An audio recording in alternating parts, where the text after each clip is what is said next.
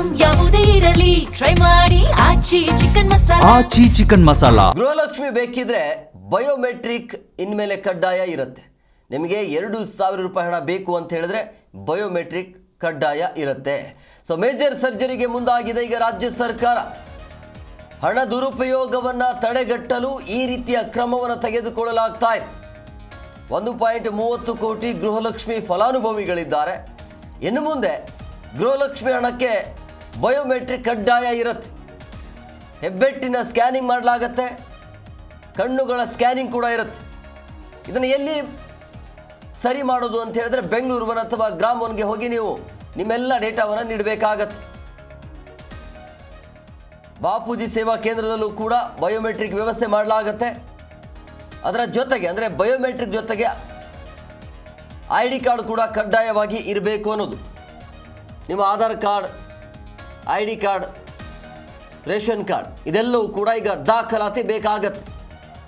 Major surgery ಇನ್ನು ಮೇಲೆ 2,000 ರೂಪಾಯಿ ಬೇಕು ಅಂತ ಹೇಳಿದ್ರೆ ಬಯೋಮೆಟ್ರಿಕ್ ಕಡ್ಡಾಯ. ಇದು ವಿಚಿತ್ರ ಪ್ರಯತ್ನ. ಇದು ಕೆಲಸಕ್ಕೆ ಬಾರದೇ ಇರುವಂಥ ಕೆಲಸಗಳು ಆರಂಭದಲ್ಲಿ ಎಲ್ಲವೂ ಫ್ರೀ ಅಂತ ಹೇಳಿಬಿಟ್ಟು ಈಗ ಈ ರೀತಿಯ ರೂಲ್ಸ್ಗಳನ್ನು ತಂದರೆ ಇದನ್ನು ಹೇಗೆ ಸಹಿಸ್ಕೊಳ್ತಾರೆ ಅಂತ ಕಾರಣ ಕೊಡ್ತಾ ಇರೋದು ಪೋಲ್ ಆಗ್ತಾ ಇದೆ. ಹಣ ದುರುಪಯೋಗ ಆಗ್ತಿದೆ ಅನ್ನೋದು. ಮೊದಲು ಯಾಕೆ ಆಲೋಚನೆ ಇಲ್ಲ ಅಂತ ನೀವ್ಯಾಕೆ ಇಲ್ಲಿ ಈ ರೀತಿಯ ಸಮಯವನ್ನು ವ್ಯರ್ಥ ಮಾಡ್ತಾ ಇದ್ರಿ? ಈಗ ಹೇಗೆ ಅಂದರೆ ಯಾವ ರೀತಿಯಾಗಿದೆ ಬಯೋಮೆಟ್ರಿಕ್? ಇದು ಪ್ರತಿ ತಿಂಗಳಿಗೆ ಹೋಗಿ ಈ ರೀತಿಯಾಗಿ ಗ್ರಾಮ ಒಂದು ಪಂಚಾಯಿತಿ ಲೆವೆಲಲ್ಲೋ ಅಥವಾ ಬೆಂಗಳೂರು ಬಂದ ಗ್ರಾಮವನದಲ್ಲಿ ಹೋಗಿ ಪ್ರತಿ ತಿಂಗಳು ಹೋಗಬೇಕಾ ಅಥವಾ ಒಂದು ಸಾರಿ ಸ್ಕ್ಯಾನಿಂಗ್ ಕೊಟ್ಟರೆ ಮುಗಿದು ಹೋಗಿತ್ತಾ ಅಥವಾ ಇದು ಹೇಗೆ ಪ್ರೊಸೆಸ್? ಇದು ಅದ್ರ ಬಗ್ಗೆ ಕನ್ಫರ್ಮ್ ಕೊಡಬೇಕಾಗತ್ತೆ. ಬಯೋಮೆಟ್ರಿಕ್ ಅಂದರೆ ಒಂದು ಸಲ ಒನ್ ಟೈಮ್ ಬಯೋಮೆಟ್ರಿಕ್ ಕೊಟ್ಟಾದ್ಮೇಲೆ ಅದು ಕಂಟಿನ್ಯೂ ಮಂತ್ಲಿ ಬರುತ್ತಾ ಅಥವಾ ಪ್ರತಿ ತಿಂಗಳು ಬಯೋಮೆಟ್ರಿಕ್ ಕೊಟ್ಟೆ 2,000 ರೂಪಾಯಿ ತೆಗೆದುಕೊಂಡು ಬರಬೇಕಾ? ಇದೆಲ್ಲವೂ ಕೂಡ ಅನುಮಾನ ಇದೆ. ಈ ರೀತಿಯ ಪ್ರಶ್ನೆಗಳು ಮೂಡೋದು ಸಹಜ. ಬೇಡದಿರುವಂಥ ಕೆಲಸ ಕಾರ್ಯಗಳು ಇದೆಲ್ಲ. ಈ ಬಗ್ಗೆ ಮತ್ತಷ್ಟು ಮಾಹಿತಿ ನೀಡ್ತಾರೆ ನಮ್ಮ ಪ್ರತಿನಿಧಿ ಭವ್ಯ ಫೋನ್ ಸಂಪರ್ಕದಲ್ಲಿದ್ದಾರೆ. ಭವ್ಯ, ನಿಜವಾಗ್ಲೂ ಕೂಡ ಬೇಸರ ಆಗುತ್ತೆ ಪದೇ ಈ ರೀತಿಯಾಗಿ ಸರ್ಜರಿ ಮಾಡ್ತಾ ಇರುವಂಥದ್ದು. ಆಲ್ಮೋಸ್ಟ್ ಎಲ್ಲ ಗ್ಯಾರಂಟಿಗಳನ್ನು ಸರ್ಜರಿ ಮಾಡೋದಕ್ಕೆ ಸರ್ಕಾರ ಮುಂದಾಗಿದೆ. ಆರ್ಥಿಕವಾಗಿ ಹೊಡೆತಾ ಇದೆ ಅನ್ನೋದು ಗೊತ್ತಾಗ್ತಾ ಇದೆ. ಆದರೆ ಆರಂಭದಲ್ಲಿ ಎಲ್ಲವೂ ಕೂಡ ಫ್ರೀ ಅಂತ ಹೇಳಿಬಿಟ್ಟು BPL ಕಾರ್ಡ್ ಇದ್ದವರಿಗೆ ಎಲ್ಲವೂ ಕೂಡ ಫ್ರೀ ಅಂತ ಹೇಳಿಬಿಟ್ಟು ಈಗ ಈ ರೀತಿಯ ರೂಲ್ಸ್ಗಳನ್ನು ಬಯೋಮೆಟ್ರಿಕ್ ಅಂತ ಹೇಳೋದು ಅಥವಾ ಗ್ರಾಮ್ ಅನ್ನೋ ಬೆಂಗಳೂರಿನಲ್ಲಿ ಹೋಗಿ ಸರಿ ಮಾಡೋದು. ಬಟ್ ಈ ಪ್ರೊಸೆಸ್ ಹೇಗಿರುತ್ತೆ ಅಂದರೆ ಒನ್ ಟೈಮ್ ಬಯೋಮೆಟ್ರಿಕ್ ಇರುತ್ತಾ ಅಥವಾ ಪ್ರತಿ ತಿಂಗಳು ಬಯೋಮೆಟ್ರಿಕ್ ಕೊಟ್ಟೆ 2,000 ರೂಪಾಯಿ ತಗೋಬೇಕಾ? ಹಣವನ್ನ ಪಡೆದಿದ್ರು.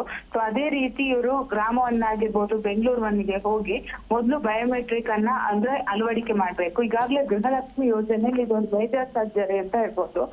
ಸುಮಾರು ರಾಜ್ಯದಲ್ಲಿ 1.30 ಕೋಟಿ ಗೃಹಲಕ್ಷ್ಮಿ ಫಲಾನುಭವಿಗಳಿರುವಂತದ್ದು.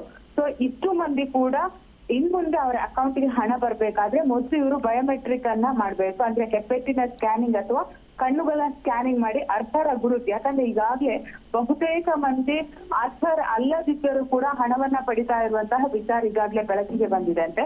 ಸೊ ಹೀಗಾಗಿ ಬೆಂಗಳೂರು ಒನ್, ಗ್ರಾಮ ಒನ್ ಸೇವಾ ಕೇಂದ್ರ, ಬಾಪೂಜಿ ಸೇವಾ ಕೇಂದ್ರಗಳಲ್ಲಿ ಬಯೋಮೆಟ್ರಿಕ್ ಗೆ ಅವಕಾಶ ಮಾಡಿಕೊಟ್ಟಿದ್ದಾರೆ. ಇದರ ಬಗ್ಗೆ DK ಶಿವಕುಮಾರ್ ಕೂಡ ನಿನ್ನೆ ಸ್ಪಷ್ಟನೆಯನ್ನು ಕೊಟ್ಟಿದ್ದಾರೆ.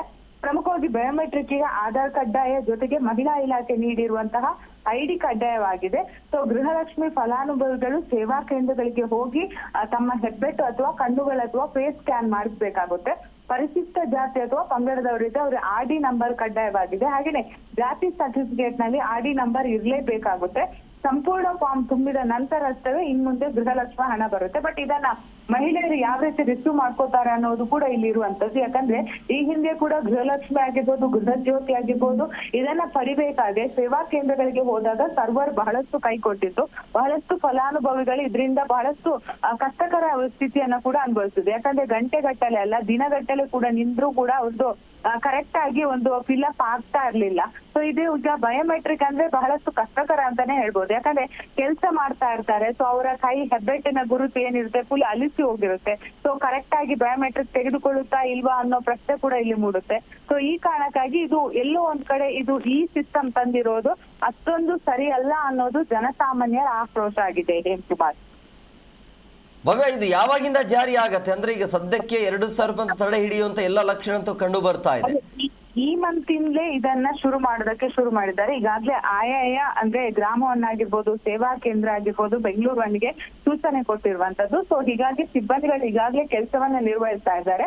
ಸೊ ತಕ್ಷಣ ಯಾರೆಲ್ಲ ಫಲಾನುಭವಿಗಳಿದ್ದಾರೆ ಅವ್ರು ಹೋಗಿ ಈ ಸಿಸ್ಟಮ್ ಅನ್ನ ಅಳವಡಿಕೆ ಮಾಡ್ಲೇಬೇಕನ್ನೋ ಸೂಚನೆ ಇರುವಂತದ್ದು. ಯಾಕಂದ್ರೆ DK ಶಿವಕುಮಾರ್ ಕೂಡ ಇದರ ಬಗ್ಗೆ ಸ್ಪಷ್ಟನೆಯನ್ನ ಕೊಟ್ಟಿರುವಂತದ್ದು. ಸೊ ಈ ಕಾರಣಕ್ಕಾಗಿ ಸರ್ಕಾರದ ಉದ್ದೇಶ ಏನಂದ್ರೆ ಯಾರು ಕೂಡ ಅರ್ಹರಿದ್ದಾರೆ ಅವ್ರು ಮಾತ್ರ ಇವಾಗ ಫಲಾನುಭವಿಗಳಾಗ್ಬೇಕು.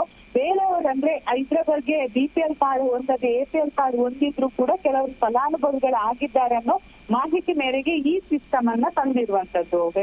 ಇದ್ರ ಜೊತೆಗೆ ಯಾವೆಲ್ಲ ದಾಖಲಾತಿಯನ್ನು ಕೊಡಬೇಕಾಗತ್ತೆ? ಎಸ್, ಅಂದ್ರೆ ಈಗಾಗಲೇ ಬಯೋಮೆಟ್ರಿಕ್ ಗೆ ಆಧಾರ್ ಕಡ್ಡಾಯ, ಜೊತೆಗೆ ಮಹಿಳಾ ಇಲಾಖೆ ನೀಡಿರುವಂತಹ ವೋಟರ್ ID ಆಗಿರ್ಬೋದು ಅಥವಾ ಮಹಿಳಾ ಇಲಾಖೆ ಕೆಲವರಿಗೆ ID ಕಾರ್ಡ್ ಅನ್ನು ಕೊಟ್ಟಿದೆ ಅದು. ಹಾಗೇನೆ ಪರಿಶಿಷ್ಟ ಜಾತಿ ಅಥವಾ ಪಂಗಡದವರಿದ್ರೆ ಅವರಿಗೆ RD ನಂಬರ್ ಕಡ್ಡಾಯವಾಗಿರುತ್ತೆ. ಹಾಗೇನೆ ಜಾತಿ ಸರ್ಟಿಫಿಕೇಟ್ ನಲ್ಲಿ RD ನಂಬರ್ ಇದ್ರೂ ಕೂಡ ಆಗುತ್ತೆ.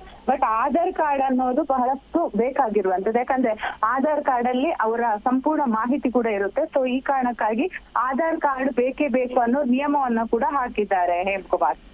ಇದ್ರ ಜೊತೆಗೆ ಈ ಪ್ರೋಸೆಸ್ ಫ್ರೀನಾ ಅಥವಾ ಹೇಗೆ, ದುಡ್ಡು ಕೊಟ್ಟು ಮಾಡಿಸ್ಬೇಕಾ? ಖಂಡಿತ ಇಲ್ಲ. ಈ ಹಿಂದೆ ಕೂಡ 10, 20, 30 ರೂಪಾಯಿ ತೆಗೆದುಕೊಳ್ತಾ ಇದ್ದು. ಸೊ ಈಗ ಕೂಡ 50 ಅಥವಾ 10, 20, 30 ರೂಪಾಯಿ ಪ್ರತಿಯೊಬ್ರು ಕೂಡ ಸಲ್ಲಿಕೆ ಮಾಡ್ಬೇಕು. ಯಾಕಂದ್ರೆ ಗ್ರಾಮ ಒನ್ಗೆ ಹೋದಾಗ ಅಲ್ಲಿ ರಿಜಿಸ್ಟರ್ ಮಾಡ್ಬೇಕಾಗುತ್ತೆ. ಸಿಸ್ಟಮ್ ಅಲ್ಲಿ ಏನ್ ತೋರಿಸುತ್ತೆ ಆ ಹಣವನ್ನ ಕಟ್ಲೇಬೇಕಾಗುತ್ತೆ. ಸೊ ಈ ಹಿಂದೆ ಕೂಡ ಇದಕ್ಕೆ ಹಣ ಇತ್ತು, ಸುಮಾರು 100 ರಿಂದ 120 ಈ ರೀತಿಯಾದಂತಹ ಹಣವನ್ನ ತೆಗೆದುಕೊಳ್ತಾ ಇದ್ರು. ಬಟ್ ಈ ಬಾರಿ ಎಷ್ಟು ನಿಗದಿ ಮಾಡಿದ್ದಾರೆ ಅನ್ನೋ ಮಾಹಿತಿ ಇಲ್ಲ. ಬಟ್ ಇದು ಎಲ್ಲೋ ಒಂದ್ ಕಡೆ ಗ್ರಾಮೀಣ ಮಹಿಳೆಯರು ಏನಿದ್ದಾರೆ ಅವ್ರಿಗೆ ಬಹಳಷ್ಟು ಕಷ್ಟ ಅಂತ ಹೇಳ್ಬೋದು. ಈಗ ಮಳೆ ಬರುವಂತಹ ಸಂದರ್ಭ. ಸೊ ಈ ಸಂದರ್ಭದಲ್ಲಿ ಹೊರಗಡೆ ಹೋಗಿ ಇದನ್ನ ಅವ್ರು ಮಾಡ್ಕೊಂತ ನಿಲ್ಲೋಕ್ ಸಾಧ್ಯ ಇಲ್ಲ. ಯಾಕಂದ್ರೆ ಗ್ರಾಮವನ್ನ ಹೊರಗಡೆ ಅದಕ್ಕೆ ಬೇಕಾದಂತಹ ಫೆಸಿಲಿಟಿಗಳಿರಲ್ಲ. ಸೊ ಮಳೆ ಬಂದಾಗ ಅವ್ರು ನೆನೆದೆ ಪೂರ್ತಿ ದಿನ ನಿಲ್ಲೋಕೆ ಸಾಧ್ಯ ಇಲ್ಲ. ಯಾಕಂದ್ರೆ 1.30 ಕೋಟಿ ಫಲಾನುಭವಿಗಳಿದ್ದಾರೆ ಅಂದ್ರೆ ಬಹಳಷ್ಟು ಕಷ್ಟಕರ ಪರಿಸ್ಥಿತಿಯನ್ನ ಕೂಡ ಎದುರಿಸಬೇಕಾಗುತ್ತೆ. ಈಗಾಗಲೇ ಬಹಳಷ್ಟು ಮಹಿಳೆಯರು 2,000 ಹಣದಲ್ಲಿ ಎಷ್ಟೋ ತಮ್ಮ ಜೀವನ ಅಂದ್ರೆ ಮನೆಗೆ ದಿನಸಿ ಆಗಿರ್ಬೋದು, ಮಕ್ಕಳ ಸ್ಕೂಲ್ ಫೀಸ್ ಆಗಿರ್ಬೋದು ಅಥವಾ ಆಸ್ಪತ್ರೆಗೆ ಆಗಿರ್ಬೋದು, ಸೊ ಹೀಗೆ ಬೇರೆ ಬೇರೆ ಇದಕ್ಕೆ ಹಣವನ್ನ ಬಳಕೆ ಮಾಡ್ತಾ ಇದ್ರು. ಬಟ್ ಈ ರೀತಿಯಾದಂತಹ ರೂಲ್ಸ್ ತರ್ತಾ ಇರೋದು ಎಲ್ಲೋ ಒಂದು ಕಡೆ ಮಹಿಳೆಯರಿಗೆ ಕಷ್ಟಕರ ಪರಿಸ್ಥಿತಿ ಆಗ್ತಾ ಇದೆ ಅಂತ ಹೇಳ್ಬೋದು. ಈಗಾಗಲೇ ಬಹಳಷ್ಟು ಜನ ಸರ್ಕಾರಕ್ಕೆ ಕೂಡ ಮನವಿಯನ್ನ ಮಾಡ್ತಾ ಇದ್ದಾರೆ ಈ ಸಿಸ್ಟಮ್ ಅನ್ನ ಹಿಂದೆ ತೆಗೆದುಕೊಳ್ಬೇಕಂತ ಹೇಮಕುಮಾರ್. ಇದರ ಜೊತೆಗೆ ಇದೆಲ್ಲ ಬೆಳವಣಿಗೆಯನ್ನ ನೋಡ್ತಾ ಇದ್ರೆ ಆರ್ಥಿಕ ಸಂಕಷ್ಟದಲ್ಲಿ ಇದೆಯಾ ಅಂತ ಅನ್ಸುತ್ತಾ? ಖಂಡಿತ. ಯಾಕಂದ್ರೆ ಈಗಾಗಲೇ 5 ಗ್ಯಾರಂಟಿ ಯೋಜನೆ ಏನಿದೆ ಇದನ್ನ ಕೊಡ್ಬೇಕಾದ್ರೆ ಅಷ್ಟೊಂದು ಈಸಿ ಅಲ್ಲ. ಯಾಕಂದ್ರೆ ಪ್ರತಿಯೊಂದರಲ್ಲಿ ಕೂಡ ಈಗ ಏನು ಬಸ್ ಅಲ್ಲಿ ಫ್ರೀ ಬಸ್ ಬಿಟ್ಟಿದ್ದಾರೆ, ಅದಕ್ಕೂ ಕೂಡ ಸ್ಮಾರ್ಟ್ ಕಾರ್ಡ್ ಯೋಜನೆಯನ್ನ ತರೋದಕ್ಕೆ ಮುಂದಾಗಿದ್ದಾರೆ. ಸೊ ಗೃಹ ಜ್ಯೋತಿಗೆ ಕೂಡ ಅದಕ್ಕೆ ಕೂಡ ಬೇರೆ ರೀತಿಯಾದಂತಹ ಸಿಸ್ಟಮ್ಗಳನ್ನ ಅಂದ್ರೆ ಇವರ ರೂಲ್ಸ್ ಏನಂದ್ರೆ ಈಗಾಗಲೇ ಅರ್ಹರಲ್ಲದವರು ಕೂಡ ಇದರ ಯೋಜನೆಯನ್ನ ಫಲಾನುಭವಿಗಳಾಗಿದ್ದಾರೆ ಅನ್ನೋ ಮಾಹಿತಿ ಮೇರೆಗೆ ಈ ರೀತಿಯಾದಂತಹ ನಿಯಮವನ್ನ ತರ್ತಾ ಇದ್ದಾರೆ ಅಂತ. ಬಟ್ ಸ್ಪಷ್ಟವಾಗಿ ಅಧಿಕಾರಿಗಳಾಗ್ಲಿ, ಸಚಿವರಾಗ್ಲಿ ಅಥವಾ CM ಆಗ್ಲಿ ಆರ್ಥಿಕ ನಷ್ಟದಲ್ಲಿದ್ದೀವಿ ಅಂತ ಹೇಳ್ತಾ ಇಲ್ಲ. ಇದನ್ನ ಬೇರೆಯವರು ಫಲಾನುಭವಿಗಳಾಗಿ ಅಂದ್ರೆ ಪಡಿತಾ ಇದ್ದಾರೆ. ಪ್ರಮುಖವಾಗಿ ಈಗ ಅಕ್ಕಿ ಕೂಡ ಆಗಿರ್ಬೋದು, 50 kg ಏನು ಸಿಗ್ತಾ ಇದೆ ಅದು ಕೂಡ ಬಹುತೇಕ BPL ಕಾರ್ಡ್ ಅವರು ತೆಗೆದುಕೊಳ್ಳೋದಕ್ಕೆ ಅರ್ಹರಿಲ್ಲದಿದ್ರು ಕೂಡ BPL ಕಾರ್ಡ್ ಪಡೆದಿದ್ದಾರೆ. ಸೊ ಈ ಕಾರಣಕ್ಕಾಗಿ ಎಲ್ಲರನ್ನ ಅಂದ್ರೆ ಯಾರು ಅರ್ಹರಿದ್ದಾರೆ ಅವ್ರಿಗೆ ಕೊಡೋದಕ್ಕೆ ಈ ಒಂದು ಸಿಸ್ಟಮ್ ಅನ್ನ ತರ್ತಾ ಇದ್ದೇವೆ ಅನ್ನೋದು ಸರ್ಕಾರದ ಅಧಿಕಾರಿಗಳಾಗಿರ್ಬೋದು, ಸಚಿವರ ಒಂದು ಮಾತಾಗಿದೆ. ಬಟ್ ಎಲ್ಲೋ ಒಂದು ಕಡೆ ಆರ್ಥಿಕ ನಷ್ಟದಲ್ಲಿದೆ. ಯಾಕಂದ್ರೆ ಇಷ್ಟೆಲ್ಲ ಫ್ರೀ ಆಗಿ ಕೊಟ್ಟಾಗ ಸಾಲಗಳನ್ನ ಮಾಡ್ಲೇಬೇಕಾಗುತ್ತೆ. ಸೊ ಗೃಹ ಜ್ಯೋತಿ ಆಗಿರ್ಬೋದು, ಗೃಹಲಕ್ಷ್ಮಿ ಆಗಿರ್ಬೋದು, ಅನ್ನಭಾಗ್ಯ ಆಗಿರ್ಬೋದು, ಹಾಗೇನೆ ಯುವಕರಿಗೆ ಉದ್ಯೋಗ ಆಗಿರ್ಬೋದು. ಸೊ 5 ಗ್ಯಾರಂಟಿ ಯೋಜನೆ ಜೊತೆ ಮತ್ತೊಂದು 6ನೇ ಗ್ಯಾರಂಟಿಯನ್ನ ಕೂಡ ಜಾರಿಗೆ ತಂದಿದ್ದಾರೆ. ಸೊ ಇದನ್ನೆಲ್ಲ ಸರಿಪಡಿಸೋದಕ್ಕೋಸ್ಕರ ಈ ರೀತಿಯಾದಂತಹ ನಿಯಮ ತರ್ತಾ ಇದ್ದಾರೆ. ಬಟ್ ಇದು ಎಷ್ಟು ಮಟ್ಟಿಗೆ ಅನ್ವಯ ಆಗುತ್ತೆ ಅನ್ನೋದು ಕೂಡ ಗೊತ್ತಿಲ್ಲ. ಯಾಕಂದ್ರೆ ಇನ್ನೇನು 2 ವರ್ಷ ಇರುವಂತದ್ದು. ಈ 2 ವರ್ಷದಲ್ಲಿ ಇದನ್ನೆಲ್ಲ ಸರಿಪಡಿಸ್ತಾರ ಅನ್ನೋ ಪ್ರಶ್ನೆ ಕೂಡ ಇಲ್ಲಿ ಉದ್ಭವ ಆಗುತ್ತೆ Hemakumar. Yes, okay, thank you Bhavya ನಿಮ್ಮೆಲ್ಲ ಡೀಟೇಲ್ಸ್ಗಾಗಿ.